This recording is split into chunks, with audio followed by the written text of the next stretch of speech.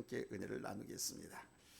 꽤 오래전에 미국의 한 마술사가 우리나라에 와서 전국의 모든 TV 시청자들에게 숟가락을 하나씩 갖고 텔레비 앞에 앉으라 이렇게 권했습니다.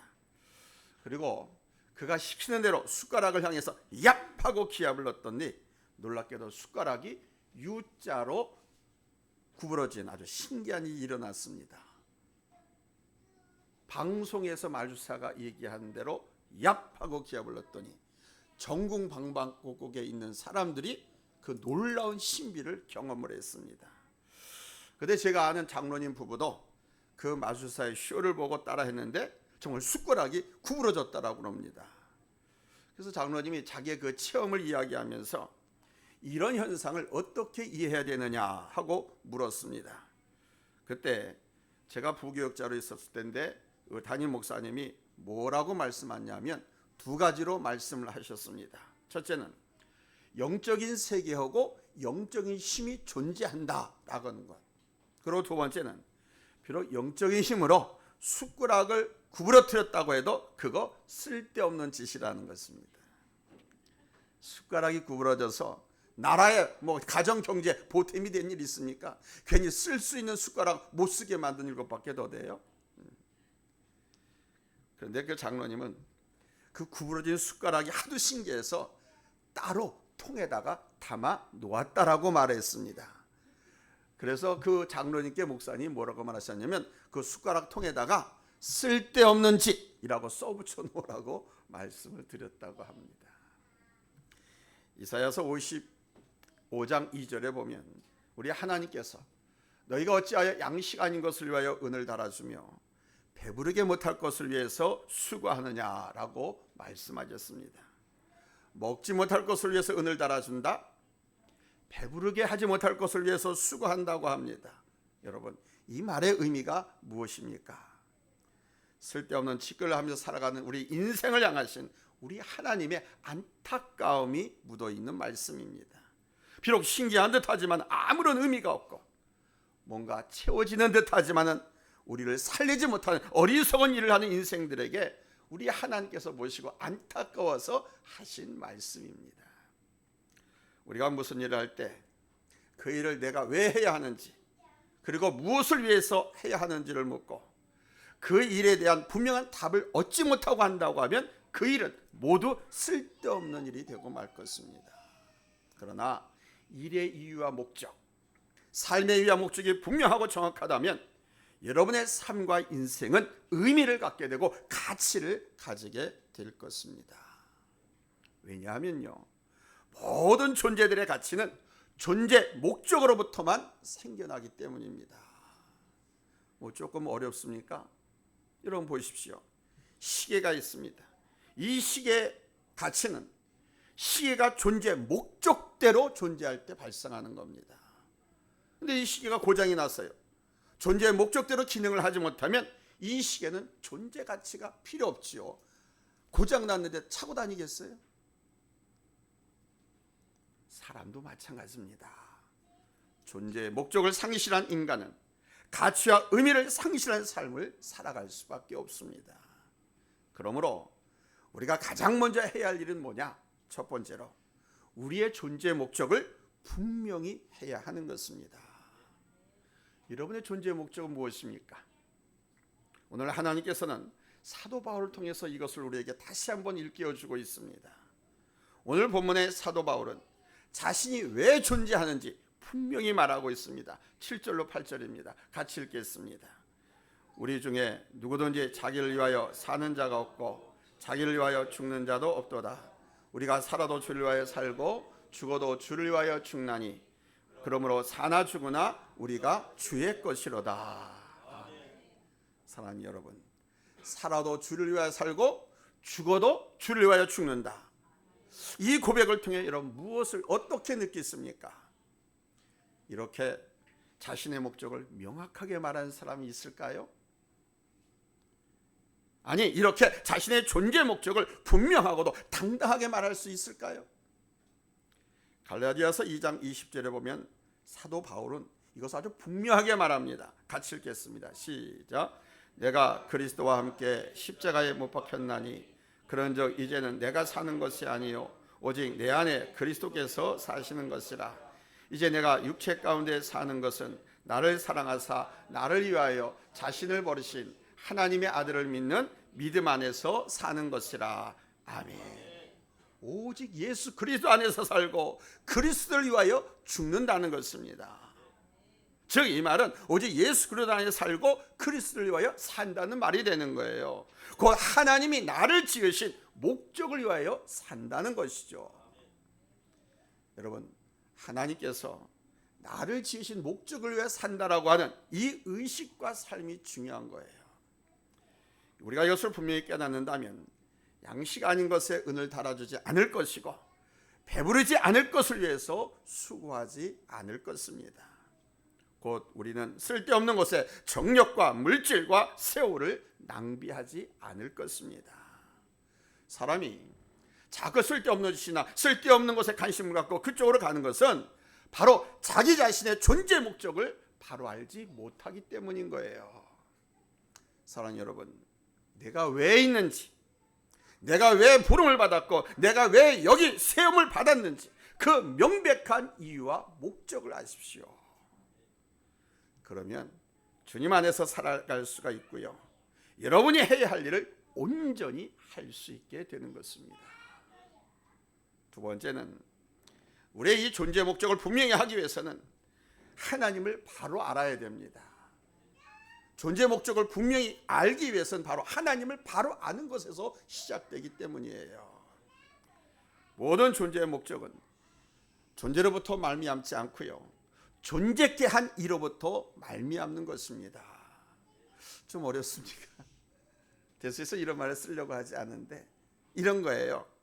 시계의 존재 목적은 시계가 스스로 정하고 나오는 것이 아니라 그 시계를 만든 사람이 정하는 것이죠. 사람들에게 시간을 알려주면서 생활의 편리와 정확성을 위해서 사람이 시계를 만든 것. 건축물, 이런 건물의 존재 목적도 누가 정합니까?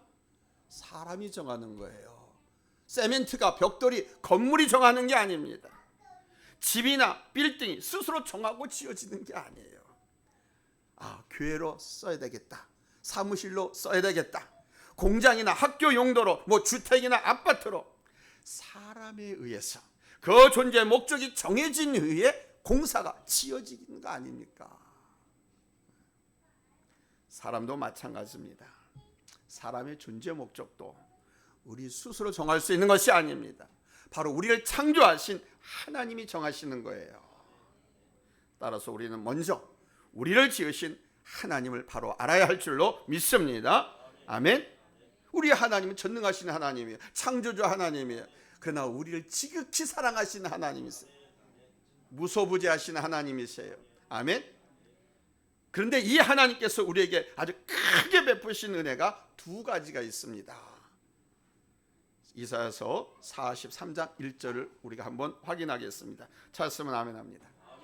합독하겠습니다. 시작. 야곱아, 너를 창조하신 여호와께서 지금 말씀하시느니라. 이스라엘아, 너를 지으신 이가 말씀하시느니라. 너는 두려워하지 말라. 내가 너를 구속하였고 내가 너를 지명하여 불렀나니 너는 내 것이라. 아멘. 하나님께서 우리에게 몇이 크신 은혜가 몇 가지가 있다고 그랬어요? 두 가지. 이 두 가지가 바로 이 말씀 속에 있습니다. 이 말씀 속에 바로 창조의 은혜와 구속의 은혜가 있어요. 첫째가 바로 그거 아닙니까? 하나님께서 우리를 지으신 창조의 은혜가 큰 거예요. 하나님께서 우리를 창조하셨다, 우리를 조성하셨다라고 말씀하십니다. 가끔 사람들을 보면 아무리 기술과 의학이 발달해도 이렇게 신비한 인체를 가진 사람들을 만들 수 있을까 하는 생각을 해보곤 합니다. 우리 몸에 염색체가 있어요. 근데 이 염색체 중에 하나만 잘못돼도 사람은 정상적으로 태어나지 못합니다. 정상으로 태어나지 않은 아이들 많이 봤지 않습니까? 이 염색체 하나만 잘못돼도 그런 거예요. 또 우리 몸에 혈관들이 얼마나 많은 줄 압니까? 온몸 구석구석까지 혈관이 쫙 엄청 많아요. 쭉 피면은 엄청난 길이라고 하죠. 또 몸속에 장기들이 있습니다. 뇌서부터 시작해가지고 위도 있고요, 그렇죠? 간도 있고요, 심장도 있고요, 대장, 내장, 췌장, 몸의 장기들, 그 장기들 하나하나가 기능을 다 갖고 있어요. 역할을 하고 있습니다. 뼈, 근육, 너무너무 신기합니다. 또 사람의 생김도 다 신기합니다. 아니, 쌍둥이인데도 똑같지가 않아요. 그렇죠? 쌍둥이인데도 똑같지 않아. 너무너무 생김이 다릅니다. 이 창조의 섭리만 보더라도 얼마나 감사한지 모릅니다. 두 번째는 구속의 은혜가 큰 것입니다. 구속, 나의 죄를 용서해 주시고 나를 속량해서 하나님의 자녀 삼아 주신 것, 이게 구속의 은혜예요. 나를 하나님의 자녀 삼기 위해서 하나님이신 당신 성자 하나님이 사람을 먹고 이 땅에 오셔서 십자가에 죽기까지 하면서 나를 사랑해 주셨잖아요. 아멘. 그러니 그 은혜가 얼마나 큽니까? 모든 사람이 죄인이에요. 누구도 부정할 수 없는 사실이 사람은 죄인이다라는 겁니다. 간혹 똑똑한 사람 가운데 내가 왜 죄인이냐고 큰 소리 치는 사람이 있습니다. 그러나 여러분, 아무리 큰 소리 쳐봤자 죄인입니다. 평생을 하나님이 없다고 주장하면서 죄와 지옥을 거부하고 크리스천들을 멸시하고 큰 소리 치며 살았던 볼테르는 그 이런 마지막 죽을 때 뭐라고 하고 죽은 줄 압니까? 나는 차라리 세상에 태어나지 않았더라면 더 좋았을 것을. 두렵다. 나는 이제 지옥에 가는구나. 그러면서 숨을 거두었다고 합니다. 그가 하나님을 부인하고 죄를 부인하고 천국과 지옥을 부인했지만은, 없다라고 말했지만은, 마지막 죽는 순간 자신이 어떻게 될지 모르는 두려움에 그렇게 절규했던 것입니다. 죄의 삭은 사망이 맞습니다. 이 문제로부터 자유할 수 있는 사람은 아무도 없습니다. 그럼 누가 죄로부터 자유할 수 있단 말입니까? 구약성경 에레미야서 13장 23절에서 말씀합니다. 구수인이 그의 피부를, 표범이 그 반점을 변하게 할 수 있느냐. 여기 구수인은 흑인을 말하는 거예요. 흑인이 스스로 자기 피부 색깔을 황인종이나 흰 백인종으로 바꿀 수 있습니까? 없다. 표범에는 반점이 있잖아요. 표범이 스스로 그 반점을 없애고 그냥 한 가지 색깔로 만들 수 있느냐? 없다는 겁니다. 즉, 죄의 문제는 누구도 해결할 수 없음을 나타내는 상징적인 말씀이에요. 바로 이 죄의 문제를 누구도 해결할 수 없기 때문에 우리 하나님께서 일하신 겁니다. 로마서 3장 24절에서 말씀합니다. 그리스도 예수 안에 있는 속량으로 말미암아 하나님의 은혜로 값없이 의롭다 하심을 얻은 자가 되었느니라. 누가? 우리가. 아멘. 예수를 믿는 우리가. 아멘. 이 두 가지 은혜, 나를 지으시고 나를 구속하신 이 은혜를 알 때 우리는 우리의 존재 목적, 곧 내가 왜 살아야 하는지, 나는 무엇을 위하여 살아야 하는지를 알게 되는 거예요. 사도 바울은 이것을 분명히 깨달은 것입니다. 그래서 여기에서 고백하는 거예요. 우리가 살아도 주를 위하여 살고 죽어도 주를 위하여 죽는다. 여러분, 하나님을 더 알아가셔야 됩니다. 더 많이 하나님을 많이 체험하십시오. 아멘. 특별히 나를 지으신 하나님, 나를 구속하신 하나님을 잊지 마십시오. 그 하나님을 알고 그분의 은혜 안에 있을 때 나의 삶의 존재 목적이 분명해지고 하나님의 뜻 가운데 살아가게 되는 것입니다.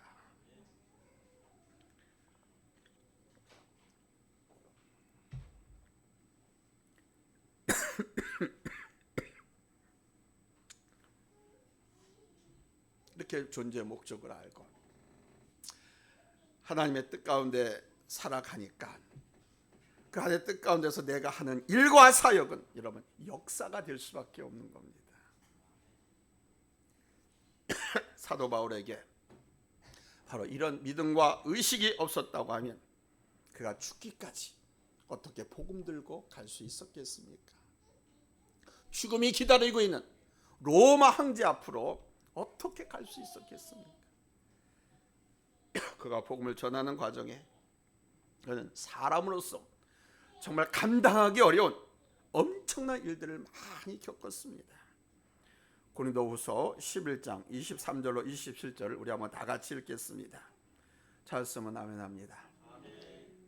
고린도후서 11장 23절부터입니다. 시작.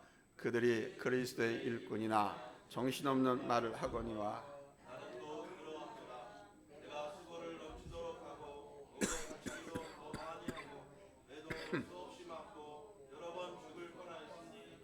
유대인들에게 40에서 하나 감한 매를 5번 맞았으며 3번 태장으로 맞고 1번 돌로 맞고 3번 파손하고 일주야를 깊은 바다에서 지냈으며 여러 번 여행하면서 강의 위험과 강도의 위험과 동족의 위험과 이방인의 위험과 시내의 위험과 광야의 위험과 바다의 위험과 거짓 형제 중에 위험을 당하고 또 수고하며 애쓰고 여러 번 자지 못하고 줄이며 목마르고 여러 번 굶고 춥고 헐벗었노라. 아멘.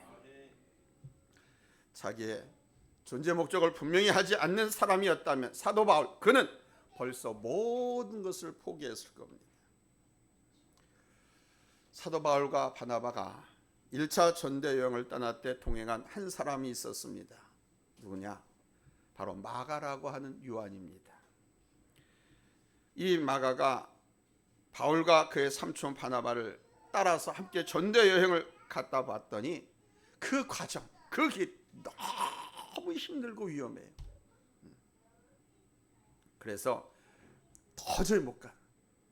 그래서 가다가 중도에서 포기하고 예루살렘으로 돌아갔습니다.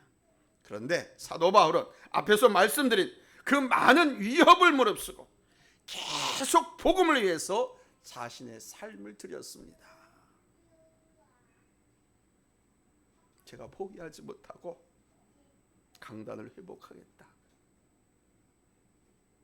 설교를 하고 싶다, 목회를 하고 싶다, 복음을 전하고 싶다가 한 사도 바울을 본받았어.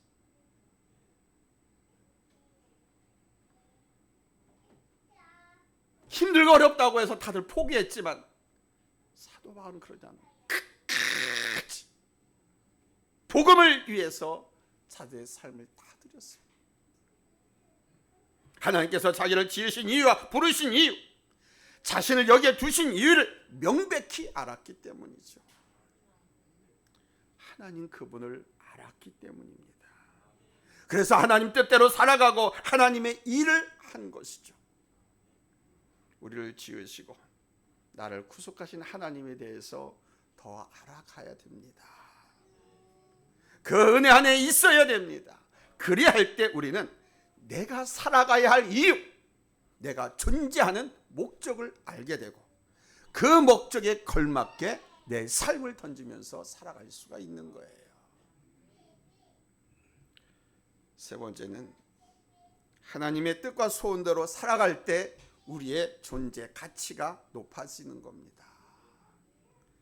어떤 것이든지 가치가 있어야 되죠.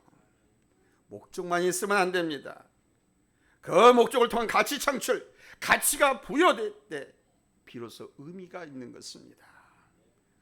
저 이스라엘의 사회는 한때 사람들에게 아니 이게 이 좁은 땅에 왜 이렇게 큰 호수로 죽은 바다로 있어야 되는지 의문을 갖게 하는 그런 죽음의 바다였습니다. 그래서 데드시 사해라고 부르는 거예요. 물고기도 없어요. 그 안에 어떤 해초도 없어요. 그런데 지금 그 사해는 이스라엘의 보물창고죠. 보고입니다. 그 사해 밑바닥에는 엄청난 광물질이 매장되어 있어서 이스라엘 정부가 그것을 이용해서 뭐 관광 수입은 저리 가랍니다. 엄청난 돈을 벌고 있습니다. 중요한 것은 존재의 목적과 함께 가치입니다. 가치가 있을 때 존재의 목적도 있는 것입니다. 따라서 우리는 그 가치로 나가기 위해서 쓰임을 받아야 하는 것입니다. 그 쓰임은 그런데 스스로가 아니에요. 주인이 사용해야 하는 겁니다. 주인의 뜻대로 사용되어져야 하는 겁니다. 우리가 주인의 뜻대로 사용되어지려면 우리가 그분의 소유라는 것을 알아야 되죠. 우리의 주인이 누구십니까? 여러분이 누구를 주님이라고 부릅니까? 하나님, 예수님을. 그러면 우리의 주인이 누구라는 거예요? 예수님, 하나님. 아멘. 하나님이 우리의 주인이십니다. 오늘 사도 바울이 다시 고백합니다. 8절에서 그러므로 하나님이 나의 주인이시니까 그러므로 사나 죽으나 나는 주의 것이로다. 아멘. 이사야서 43장 1절에도 말씀하지 않습니까? 내가 너를 지명하여 불렀나니 너는 내 것이라. 여기에 내가는 하나님이고 너는 나예요. 하나님이 나를 지명하여 불렀나니 나는 하나님의 것이다. 아멘. 이 세상에 그 어떤 것도 내 것은 없습니다. 물질, 사람, 정신, 사상 아닙니다. 심지어 나 자신조차도 내 것이 아닙니다. 단지 우리는 하나님께 위탁을 받았고 하나님께 속했을 뿐인 거예요. 따라서 여러분, 우리 인간은 하나님의 주권을 인정해야 하는 것입니다. 여러분, 사람이 어떨 때 불행해지기 시작한 줄 아십니까? 사람이, 인간이 불행해지기 시작하는 이유는 바로 모든 것이 내 것이라고 고집피면서부터 발생하는 거예요. 내 것이다. 시간도, 내 몸도, 건강도, 물질도, 재산도 내 것이다. 이런 사람은요, 돛을 다 떼버리고 혼자서 힘겹게 노져가는 인생이 되는 겁니다. 인생을 항해로 비유할 때 두 가지 형태의 사람이 있습니다. 첫째는 홀로 노를 저어서 항해하는 사람. 두 번째는 돛을 달고 항해하는 사람이 있습니다. 자신과 소유를 자기 것으로 여기는 사람은 자기 혼자 노를 저어 가겠다는 사람입니다. 내 것이기 때문에 내 힘으로, 내 능력으로 살아갈 뿐이죠. 그들 안에는 하나님께 대한 의식도 있어요. 물질에 대해서는 그렇지만은 물질에 대해서는 하나님에 대한 의식이 있음에도 불구하고 자기 것으로 주장을 합니다. 하나님에 대한 의식이 있지만 바로 이런 사람에게는 하나님이 필요가 없습니다. 왜? 물질이 하나님이야. 하나님을 믿는다고 인정한다고 하면서도 물질에 관한 한 자기 것으로 인정을 해요. 그런 사람에게는 하나님이 없는 거죠. 그러나 하나님의 주권을 인정하는 사람은, 그래서 하나님의 것을 온전히 드릴 줄 아는 사람은 하나님의 도우심으로 함께 가는, 할렐루야. 여기서 바로 인생의 차이가 나는 겁니다. 여러분, 아브라함과 롯의 선택의 결과가 어떠했는지 잘 알고 있지 않습니까? 창세기 13장은 바로 이 아브라함과 롯의 결말이 어떻게 다른가를 보여주는 성경입니다. 아브라함과 롯이 하나님께서 축복해 주셔가지고 큰 부자가 됐습니다. 짐승들, 가축들이 엄청나게 많아졌어요. 그러니까 그들이 거주하는 곳은 좁아. 그래서 더 이상 함께 살 수가 없게 되었습니다. 그래서 어느 날 아브라함의 종들하고 롯의 종들이 서로 막 싸움이 일어난 겁니다. 왜? 우물을 차지하려고 하고 좋은 목초지를 막 차지하려고 아브라함의 종하고 롯의 종하고 막 싸움이 일어난 거예요. 아니, 삼촌과 조카의 종들이 싸움이 일어난 거예요. 그것을 보고 안타까워서 아브라함이 먼저 롯에게 제안을 합니다. 내가 좌하면 나는 우하겠다. 내가 우하면 나는 좌하겠다. 너 선택해서 내 갈 길을 가거라. 내가 먼저 좋은 곳을 선택해서 가거라 하면서 롯에게, 조카에게 우선권을 줬습니다. 그때 잘 아시는 것처럼 조카 롯이 욕심이 생겨서 물된 동산 같은 좋은 땅, 소돔과 고모라를 선택했습니다. 그런데 당연히 좋은 땅은 조카가 먼저 선택했으니까 안 좋은 땅은 누구 몫이에요? 아브라함의 선택이었습니다. 그런데요, 성경은 롯은 기름진 땅 소돔과 고모라를 선택했지만 아브라함은 하나님을 선택했다라고 말합니다. 즉 롯은 자기 스스로 가겠다는 것이고 아브라함은 하나님을 따르고 하나님과 함께 가겠다는 의미였습니다. 여러분, 이 두 사람의 결말이 어떻게 됐습니까? 잘 아시지 않습니까? 소돔과 고모라가 어떻게 됐어요? 롯이 선택했던 소돔과 고모라 어떻게 됐어요? 완전히 망했잖아요. 심판을 받아가지고 완전히 망했잖아요. 타락한 죄악의 도시였어요. 여러분, 지금 내가 갖고 있는가? 내 것이 아닙니다. 하나님의 것입니다. 여러분, 하나님의 것이라고 인정하고 여러분 하나님께 맡기고 살아간다고 하면 하나님이 얼마나 잘 돌보시고 얼마나 잘 가꿔주시고 얼마나 편안합니까? 근데 내 것이라고만 생각하면 내가 지키려고 해야 되고 내가 어떻게 할래? 얼마나 힘드니까. 마치 배가 돛을 달고 항해를 하면 돛에 바람이 해가 얼마나 수월하게 갑니까? 근데 이 돛을 떼어버리고 내가 노져서 가려 얼마나 힘이 듭니까? 하나님의 주권, 하나님의 것을 인정하는 사람은 돛을 달고 항해한 사람과 같은 거예요. 그러나 하나님의 주권을 인정하지 않고 내 소유여 내가 하겠다고 하는 사람은 돛 없이 내가 힘을 줘서 가야 돼요. 따라서 내가 나의 모든 것이 하나님의 것임을 알고 그분 앞에 겸손히 설 때 여러분 우리는 하나님이 원하시는 삶을 살고 하나님 뜻대로 갈 수 있는 줄로 믿습니다. 그분의 뜻대로 살아갈 때 여러분 하나님께 가치가 있는 인생을 사는 것이 되는 거예요.